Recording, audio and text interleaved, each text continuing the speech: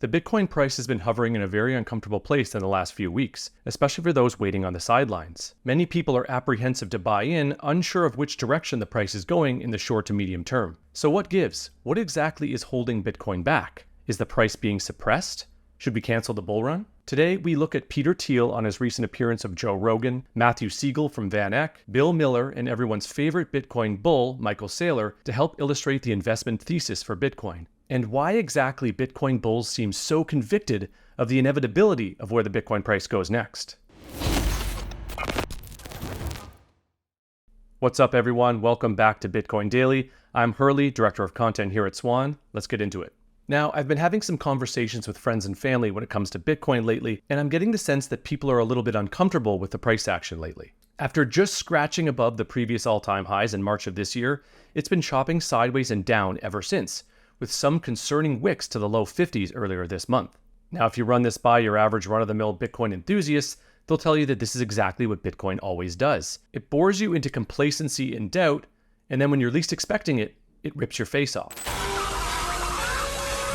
This is why we're always saying to study Bitcoin for at least 100 plus hours, which totally sounds like a crazy ask, I know. But to help those that are a little bit more new to the game understand, let's have a look at what Van Eck's Michael Siegel had to say when pressed on the sluggish price action of Bitcoin as of late. We've seen gold make new incremental highs while the dollar's been making, relative lows over the last few months.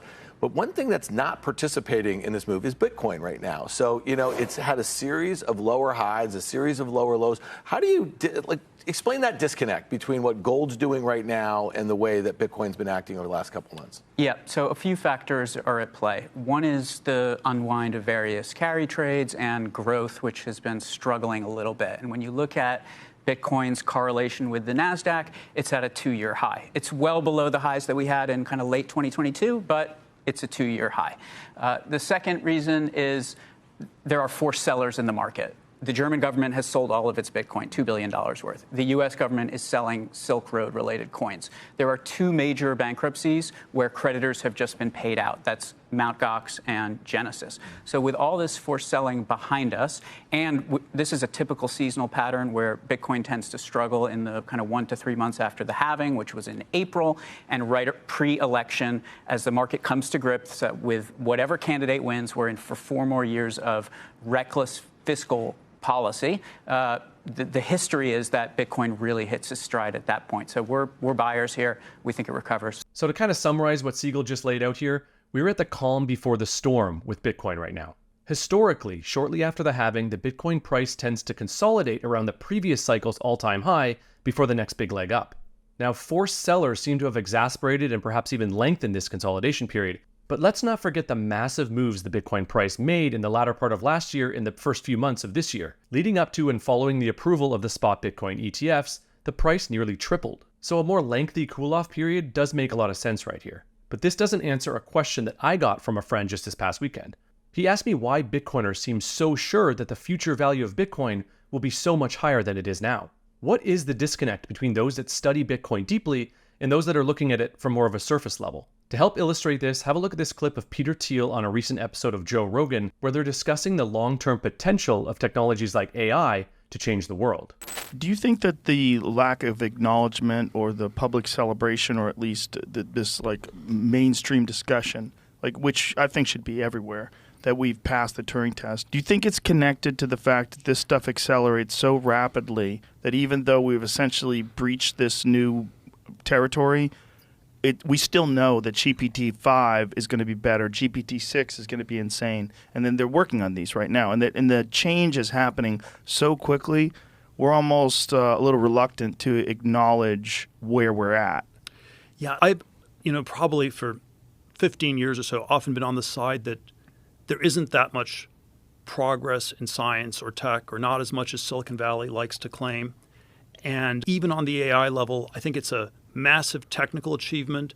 It's still an open question. Is it actually going to lead to much higher living standards for everybody? The internet was a massive achievement. How much did it raise people's living standards? Much trickier question. So in this world where not much has happened, one of the paradoxes of an era of relative tech stagnation is that when something does happen, we don't even know how to process it. So, I think Bitcoin was a big invention. We can debate whether it was good or bad, but it was a pretty big deal. And it was systematically underestimated for at least, the first 10, 11 years. You could trade it. It went up smoothly for 10, 11 years. It didn't get repriced all at once because we're in a world where nothing big ever happens. And so we have no way of processing it when something pretty big happens. The internet was pretty big in 99. Bitcoin was moderately big. The internet was really big. Bitcoin was moderately big. And I'd say passing the Turing test is really big. It's on the same scale as the internet. So Peter Thiel, on the biggest podcast in the world, put Bitcoin in the same group of technological advancements as the internet and AI. I really think this is the crux of the disconnect between those that have studied Bitcoin and those that haven't yet. New people see things just on the surface, like the extremely volatile price and the huge amount of skepticism and misinformation floating around about it. Those that have studied it deeply see the inevitability of it, because they understand the unchangeable attributes of it, and the scale of its adoption from a technological and a revolutionary standpoint. To help illustrate this further, here's a clip of Bill Miller IV answering the question of why companies will increasingly choose to put Bitcoin on their balance sheet going forward. Certainly, if more companies decide that they want to buy and never sell Bitcoin, it's going to increase the demand relative to the fixed supply. We all know that would work in favor of the prices. But what problem is solved by companies doing that? I mean, I just don't know how many companies are really going to want to place that sort of an asset on their balance sheet and have that be an aspect of their story.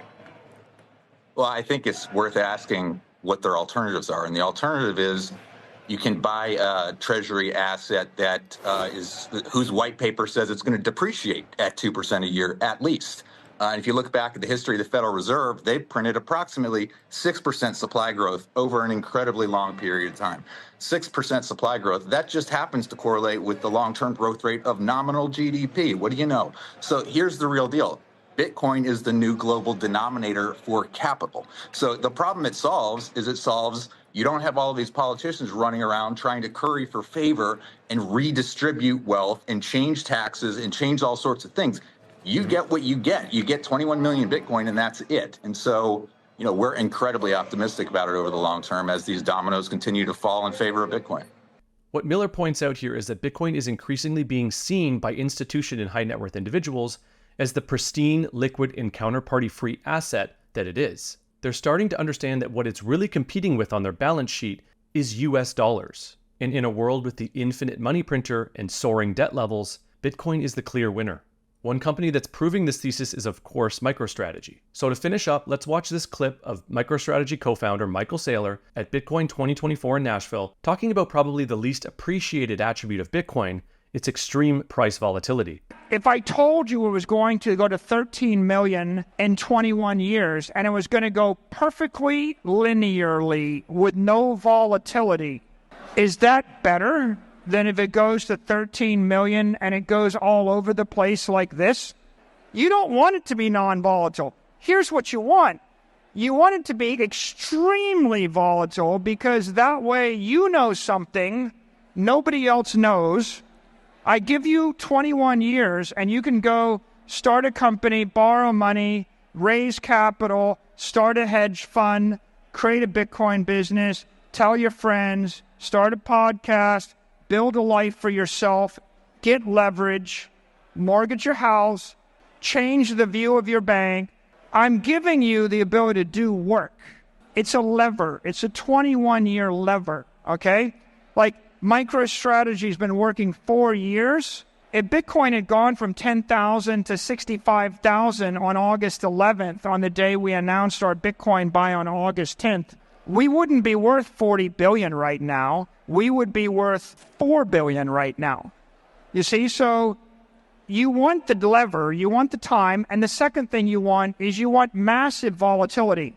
Like for example, when Bitcoin went from 66,000 to 16,000, everybody else, had a crap, lost their minds, freaked out, and we doubled down, right? And it was a benefit for us.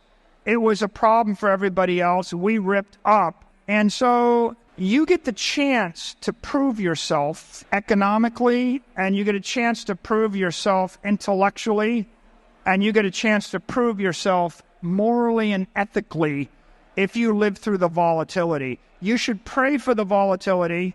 When it goes away, you'll lose your advantage. And you should be happy that you know where everybody else on the planet's going to be in 21 years. You got a 21-year head start. That's a career. You can make a life out of that. And don't worry about the stuff that comes in the middle. It's a good thing. Saylor always seems to find a way to highlight new and interesting perspectives on Bitcoin adoption. So to put a pin in his case for volatility, here's what James Lavish had to say about it. The extreme volatility of Bitcoin gives the most astute critical thinkers a tremendous edge in securing their own future. Do the work, find your conviction. So in summary, Bitcoin is not a get-rich-quick scheme. It's a don't-get-poor-slowly hack. So study it, put your head down, work hard, and save your money in Bitcoin. And try to extend your time horizon by 5, 10, or even 20 years into the future. And you can start or continue your Bitcoin journey with Swan. Visit swan.com or download the app at swan.com/app and get your first $10,000 in Bitcoin purchases with no fees. Let me know what you think about where we are in the Bitcoin cycle. Are you getting bored of 58K? What kind of conversations are you having with friends and family? Let me know in the comments, like this video if you made it this far, and don't forget to subscribe to the channel for more content like this. Thanks for watching, and happy stacking.